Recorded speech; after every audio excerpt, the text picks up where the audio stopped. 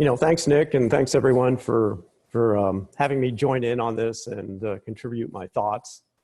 Just a little background, I was a Lockheed Martin Senior Technical Fellow. I recently retired.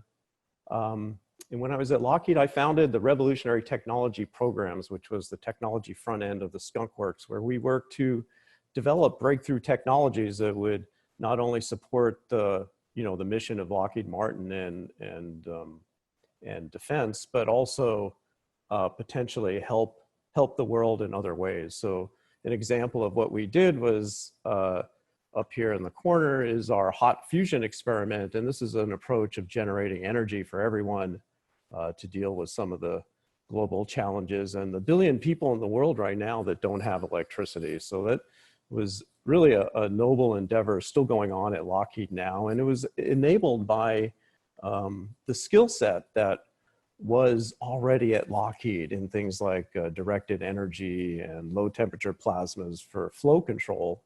And with that skill set, it enabled us to do something like work on hot fusion.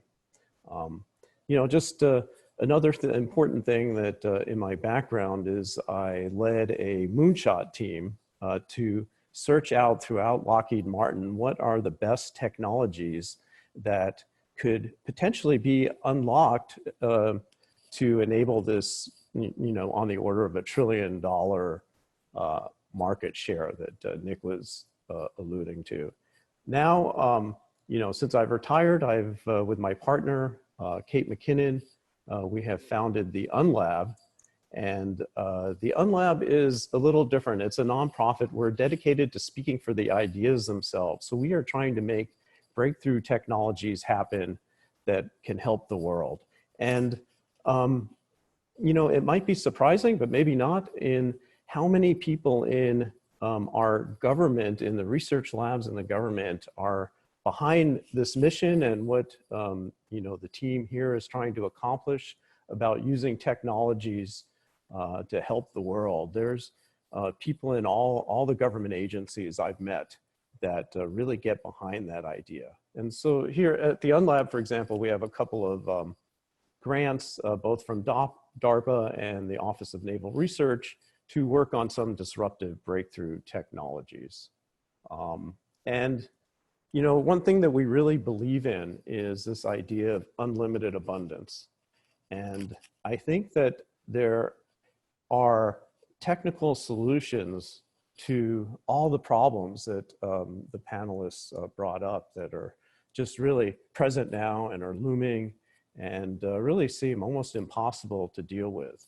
And this idea of unlimited abundance, if you think about what we have been able to create from what we found here on the Earth, like for example, from metal ore, we can make these beautiful sculptures as just a simple example of how when we put things together in a different way, a new way, things that are already here, we can create things that we once thought were not possible. So I'm gonna cover just a few examples of things that may seem impossible, but that really, based on the abundance we already have, could really change the game. And so let me just go through those really quick. This is an idea, and this is work being funded by DARPA, and the Unlab is working this teamed with Princeton and Stanford.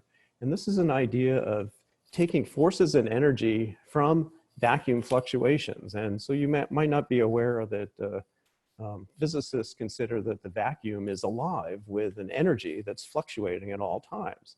Now, that is an abundant resource potentially that is there right now for us to tap. So we are working to see if we can make things like little nano motors that rotate on their own just from the energy that we get from the vacuum. So that energy is there all the time. And so these things, and we have found theoretically, we can generate very small forces, turning the vacuum fluctuations into rotating mechanical energy objects.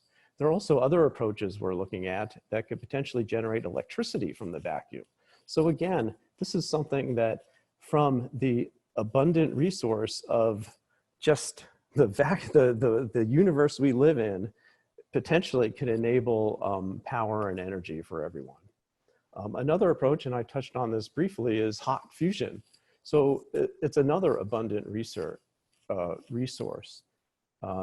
deuterium, which is used to make hot fusion work, there's millions of years of fuel of deuterium right now in our oceans. 1 out of every 6,000 water molecules is a deuterium molecule. And so that's something the Skunks Works, Lockheed Martin is working on. That's the project that I started. But there are also a bunch of other startups, you know, in the UK as well. I'm sorry, I don't have that on here, but you know, General Fusion in Canada, Trialpha is another American company. They probably have the most funding. MIT recently started a new project.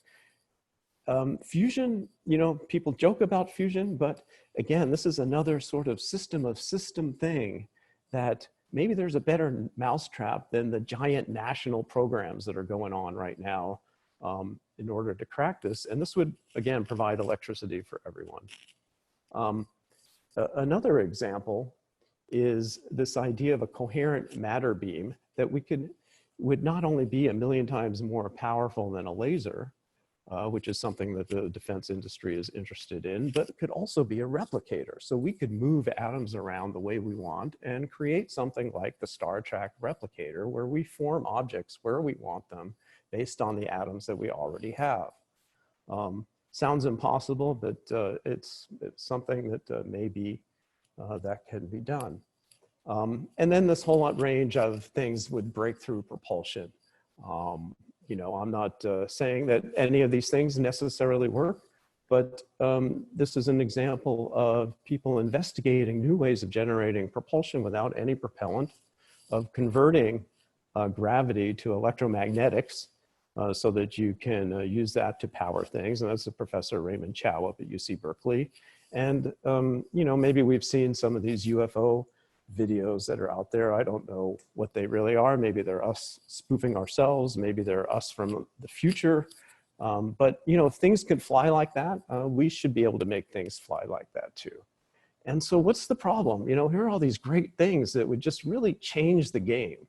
Talking about changing the game and how things are and how the world is, you know, what we can do as a world. Well, and Nick mentioned this quite strongly, there's a fundamental issue, and that's financial risk. And so I tried to make a little comparison here between the F-35 system design and development and Boeing 787. And you can see the development costs there are $55 billion for the F-35, $32 billion for the 787. The F-35 was completely funded by the government, cost plus incentive fee like contracts. So your costs, and then you got paid profit to develop the product that you had a customer that they were going to buy. So no Lockheed Martin money was ever at risk. 787, totally different story. It's based on what they predicted the customer demand would be. All the money was at risk, you know, from other people, not necessarily Boeing's money because they get people to invest, but money is at risk, and the potential profit is late 2020 at all. They don't have guaranteed customers.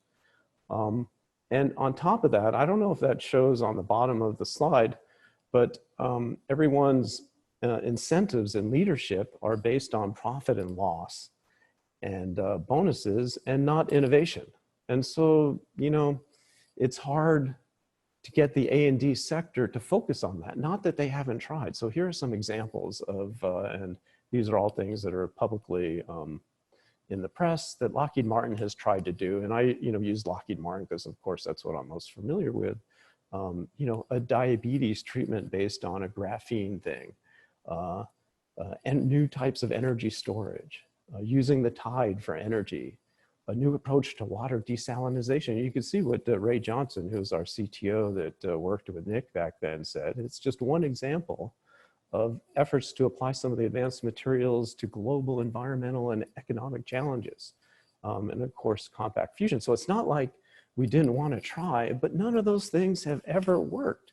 They work, but they have never turned into reality and the abundance that can be, at least not yet. And it's, you know, it's hard for these reasons in our established organizations. And I think I'm pretty close to the end of my time, but people have different motivations, you know, in academia where prestige papers, you know, are really valued.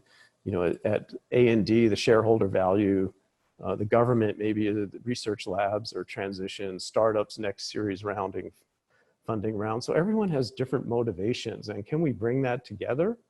So I think A&D has the skills to work on high-risk breakthroughs to address global challenges. You know, will they? And I think it's going to take something a little different, a different model. And, you know, we've been thinking about at the Unlab about a national or an international transnational service program, a new model, something, a different way, an environment that's designed for the creation and innovation of these abundant technologies, something with a persistence of vision, and a coalition team that includes industry, academia, government, military. And that way, A&D can fully participate with all their skills, and we get around maybe some of the, you know, the inertia in the organizations. And so, yeah, thank you for your time.